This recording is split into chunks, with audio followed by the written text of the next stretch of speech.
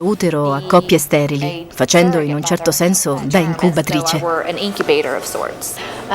L'ovulo e lo spermatozoo della coppia vengono uniti in provetta fuori dal mio corpo. Poi il medico impianta l'embrione dentro di me e io divento, ripeto, un'incubatrice per 9 mesi. La coppia per cui lavorai la prima volta aveva sofferto molto. Prima di conoscermi avevano perso 2 gemelli e da allora lei non poteva più avere figli.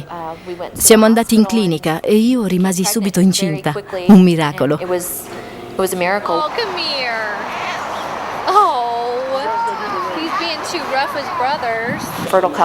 Penso che la maternità surrogata rimanga l'opzione migliore, perché consente alla coppia sterile di avere un bambino che è geneticamente loro. Ad esempio, io potrei benissimo portare dentro di me il figlio di una coppia afroamericana e quel bambino, una volta nato, sarebbe identico ai suoi genitori. Il legame che stabilisco con il bambino che porto dentro è in tutto e per tutto analogo al tipo di rapporto che si creerebbe se facessi da babysitter al figlio di un'amica. Di solito le coppie sono presenti in sala parto al momento della nascita e in quel momento, quando il bambino piange e vede la faccia della madre che lo aspetta a braccia aperte, è un'esperienza incredibile che commuove tutti, anche medici e infermieri.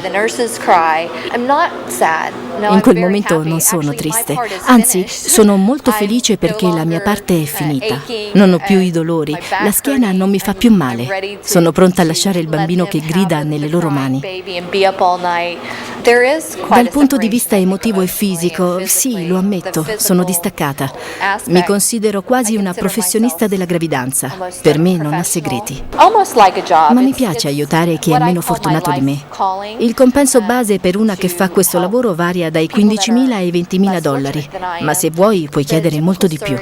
Sono in effetti molti soldi in poco tempo, ma se lavorassi da McDonald's per un salario minimo, a conti fatti guadagnerei di più.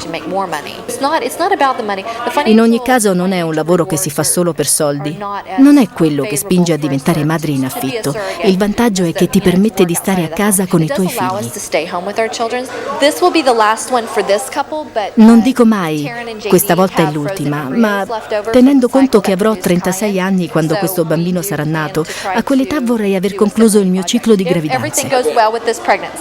Guarda, questa è la prima famiglia surrogata per la quale sono rimasta incinta e questi sono i miei figli veri. Cameron quando aveva 10 anni, poi c'è Chandler che ne aveva 8 e Christopher che ne aveva 3. Ecco, questo è Noel, mio marito. Se fosse per lui non vedrebbe l'ora che le gravidanze finissero.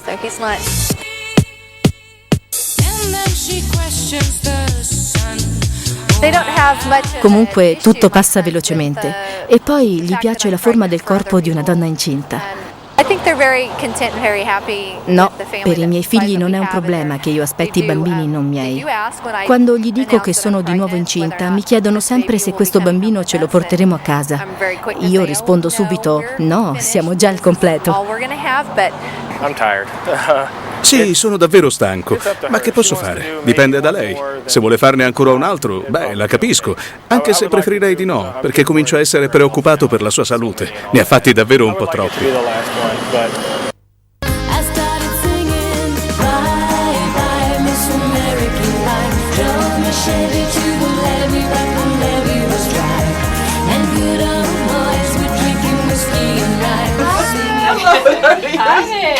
Salve, lei è la madre? Sì, sono io la madre che ha affittato. Lo sapevo, perché mi avevano detto che era molto alta.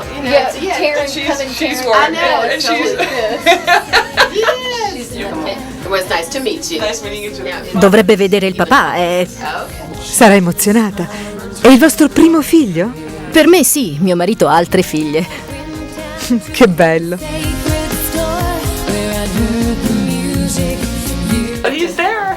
Eccolo lì. Non vedo ancora le parti del corpo. Ah no, eccolo. Quello è un ginocchio. E lì si vedono anche i genitali. È un maschio. Complimenti, Sabina. Grazie. Ho saputo dell'esistenza della maternità surrogata semplicemente parlando con i medici. Sono loro a dirti che c'è la possibilità di percorrere questa strada, per così dire, alternativa. Il resto lo abbiamo fatto con internet. Sul web ci siamo trovate con Heather. Tutto è andato liscio ed eccoci qua. È una sensazione fantastica. Settimana dopo settimana tutto diventa sempre più reale. All'inizio si tende ad essere molto distaccati, ma poi il tempo passa e ci si avvicina sempre di più al gran momento. Ne parlavamo oggi con Heather, quando ci siamo dette: oddio, questa settimana siamo a metà strada. Ed è ora che lei comincia a rilassarsi mentre io entro nel panico. Mamma mia, penso che tra 20 settimane avrò un bambino a casa.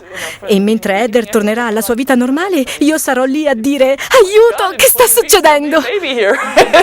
And then Heather will go out and resume her life and I'm going to be going, oh my God, what's happened? Sì, è mio marito. Heartbeat is 148. We're just in the Il battito cardiaco è 148, stiamo facendo la visita. 48.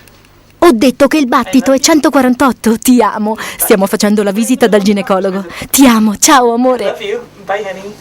Bye. Era lui. Wasn't. Mi fido completamente di Heather. Ho conosciuto i suoi 3 figli, sono tutti stupendi e mi sembra che questo dimostri che sa prendersi cura di se stessa. Strange on one part. Da una parte è un'esperienza strana, dall'altra è entusiasmante. Ho provato a rimanere incinta, ma non ci sono riuscita, quindi sono felicissima di questa opportunità. Non c'è niente di meglio di poter stringere in braccio un bebè dopo 9 mesi, che sia maschio o femmina, e in questo caso è maschio. I don't think it's going to be that hard an explanation. I mean, it depends. Non credo che sarà poi così difficile spiegarglielo, ovviamente quando sarà un po' più I grande. think as a child E gets sono anche consapevole che Heather farà comunque parte della sua vita. older, and you know, obviously Heather will be a part of it anyway. I think there's a small Credo part che that in is una for certa people. misura sia anche un po' figlio suo, nel senso che sta crescendo nella sua famiglia. I hope he does. But it certainly is. It's Quel something. che è certo è che grazie a Dio la maternità surrogata è consentita negli Stati Uniti. La California ha una posizione molto liberale al riguardo. So che in Italia non è consentito. I know Europe isn't. You pay as much for adoption. Perché non si dovrebbe pagare la maternità surrogata? Il costo è uguale a quello dell'adozione. E allora perché pagare un'adozione viene considerato perfettamente legale e normale? Dove vanno quei soldi? Non vanno certo alla madre che ha messo al mondo il bambino, piuttosto vanno alle agenzie che organizzano l'adozione. In ogni caso, sia che si scelga di adottare, sia che si scelga la maternità surrogata, resta il fatto che bisogna comunque pagare. The fact is, along the way, you're paying. Of course you are. Of course. Certo, non è un'esperienza che vivo sul mio corpo. Non è come poter dire: ha dato un calcetto qui, ha dato un calcetto lì. Devo fare affidamento su quello che mi dice Heather. Ad esempio, quando mi dice che la fa svegliare di notte e pensare: magari potessi vederlo. Nice meeting you too. My name is Taryn. Mi chiamo Tyrin. Mio marito si chiama Jeremy e mio figlio Cain. Viviamo nel North Delaware. Abbiamo deciso di ricorrere alla maternità surrogata quando ci è stato detto che non ero in grado di portare a termine una gravidanza.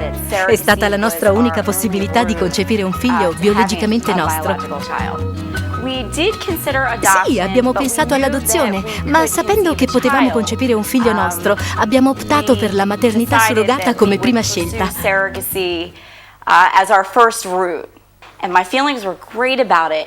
Mi sembrava un'ottima possibilità che ci fosse qualcun altro che rimanesse incinta al posto mio. Non avrei dovuto affrontare le doglie, il parto, le sofferenze. Fantastico.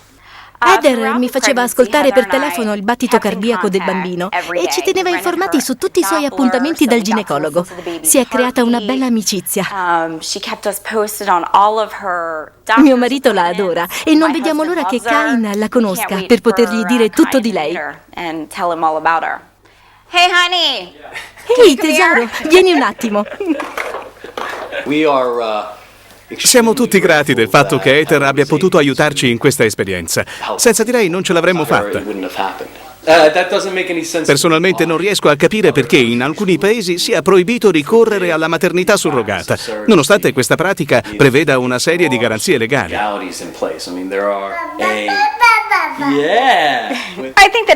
Cain ha gli occhi azzurri come Heather. Sarà per via del liquido amniotico? No, non ha gli occhi di Heather, ha gli occhi azzurri, che geneticamente derivano da 2 persone con occhi scuri.